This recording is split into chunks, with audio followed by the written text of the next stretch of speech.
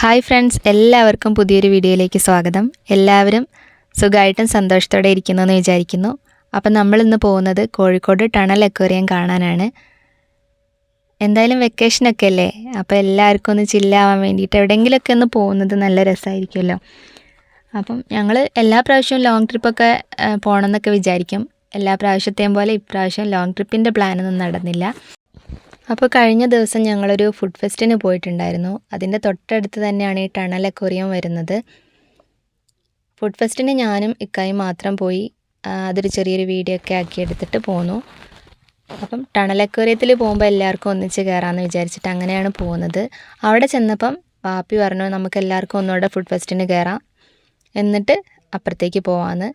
അപ്പം അവിടെ കയറുന്ന വീഡിയോ ഞങ്ങൾ ഇതിൻ്റെ കൂടെ ഉൾപ്പെടുത്തിയിട്ടില്ല. അപ്പം ഇതാണ് ടണൽ അക്വേറിയം നടക്കുന്ന സ്ഥലം. അപ്പോൾ ഇവിടേക്കുള്ള എൻട്രി ഫീസ് 120 രൂപയാണ്. പിന്നെ ഈ വീഡിയോ ഞാൻ എടുത്തു വെച്ചിട്ട് കുറച്ച് ദിവസമായി. ഇപ്പോൾ ടണൽ അക്വേറിയം അവിടെ ഉണ്ടോയെന്ന് എനിക്കറിയില്ല കേട്ടോ. എത്ര ദിവസം മുതൽ എത്ര ദിവസം വരെയാണ് എന്നുള്ളത് ഞാൻ നോട്ട് ചെയ്യാൻ മറന്നുപോയി. അപ്പം ഞങ്ങളുടെ ഒരു എക്സ്പീരിയൻസ് ഷെയർ ചെയ്യാനാണ് ഉദ്ദേശിക്കുന്നത്. ആ ഫുഡ് ഫെസ്റ്റ് ആ ഒരു സമയത്ത് ഞങ്ങൾ ലാസ്റ്റ് ഡേറ്റിൻ്റെ തലേ ദിവസമാണ് ഞങ്ങൾ പോയത്. അപ്പോൾ ഫുഡ് ഫെസ്റ്റ് എന്തായാലും കഴിഞ്ഞിട്ടുണ്ടാവും. ടണൽ അക്വേറിയം ഇപ്പോഴും ഉണ്ടോ എന്നുള്ളത് എനിക്കറിയില്ല. അപ്പം ഇവിടേക്ക് വന്നപ്പം ഉള്ള ഫസ്റ്റ് എക്സ്പീരിയൻസ് ഇതായിരുന്നു. ഒരു ഹാള് പോലെയുള്ള സ്ഥലത്ത് ഈ ബേഡ്സൊക്കെ ഇങ്ങനെ പാറി നടക്കുകയാണ്. നമ്മുടെ കൈൻ്റെ വേണമെങ്കിൽ തൊട്ട് നോക്കാം, അതുപോലെ ഇങ്ങനെ പാറി നടക്കുന്നുണ്ട്. നമ്മളെ മുന്നിൽ കൂടിയും ഒക്കെ ഇങ്ങനെ പാറി നടക്കും. അതൊരു പുതിയൊരു എക്സ്പീരിയൻസ് ആയിരുന്നു. പിന്നെ ഒരുപാട് ജീവികൾ ഇതുപോലെ ചില്ലുകൂട്ടിലും ചെറിയ കൂടുകളിലൊക്കെ ആയിട്ട് അങ്ങനെ ഇട്ടിട്ടുണ്ട്. ഇനി തുടർന്നുള്ള കാഴ്ചകൾ നിങ്ങൾ കണ്ടു നോക്കൂ.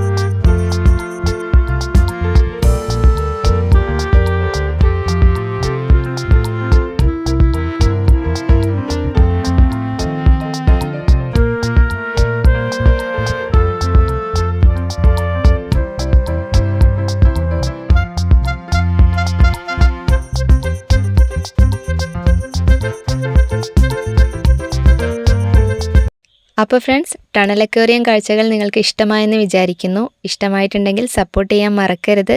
പുതിയൊരു വീഡിയോയിൽ കാണുന്നത് വരെ ബൈ.